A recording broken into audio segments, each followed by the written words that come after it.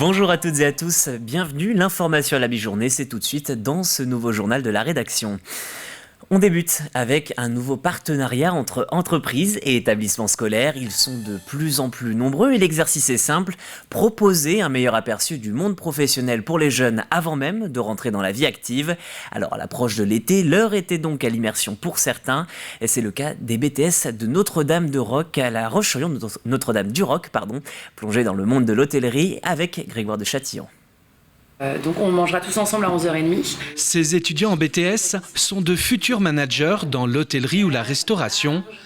Avec leur lycée Notre-Dame-du-Roc de La Roche-sur-Yon, ils ont réalisé le temps d'une matinée une immersion dans le monde professionnel, un monde déjà connu pour eux, en partie grâce à leur formation en alternance.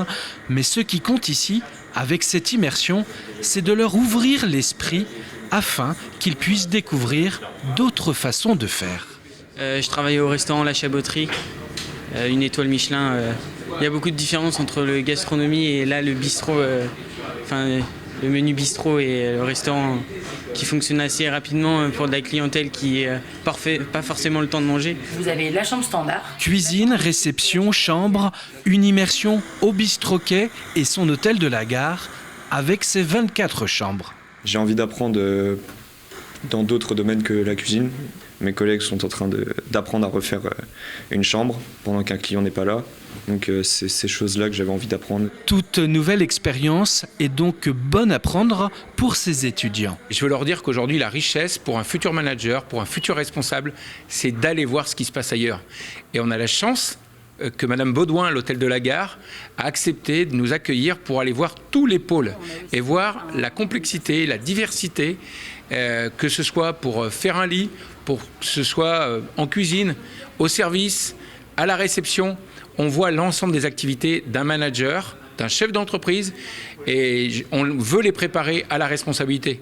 Avec cet établissement Hôtel Bistrot, c'est une nouvelle sensibilisation au monde du travail qui s'offre à eux pour ces futurs professionnels de la restauration et de l'hôtellerie.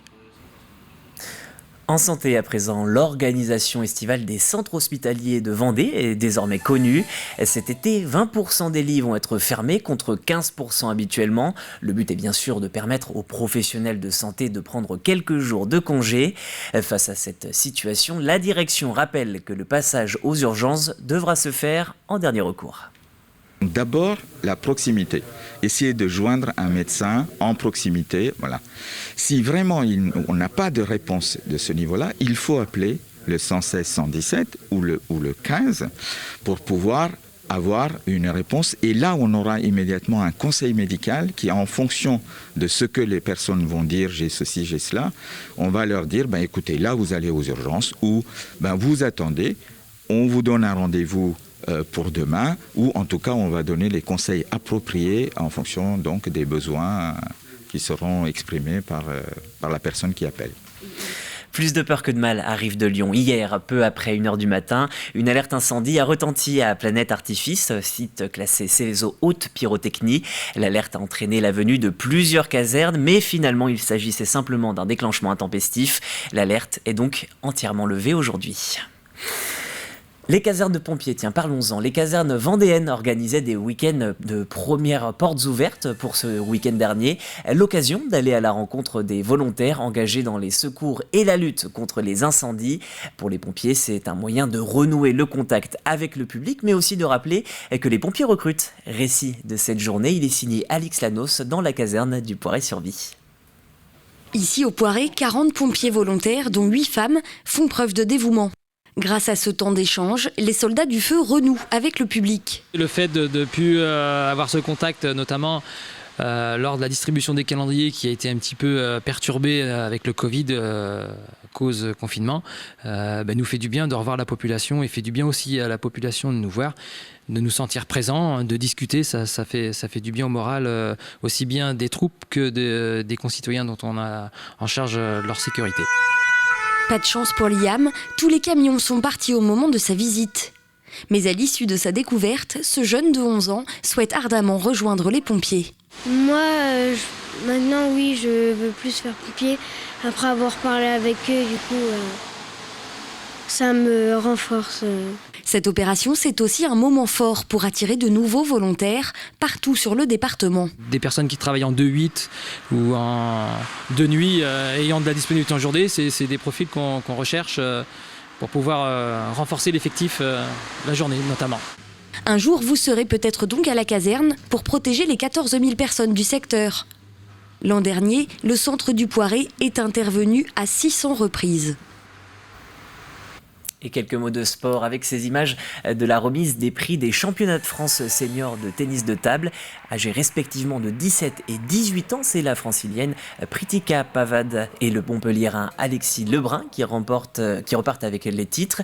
Pritika a notamment déjoué en finale la sextuple championne de France Jiana Nyuan quelques jours à peine après avoir passé le bac.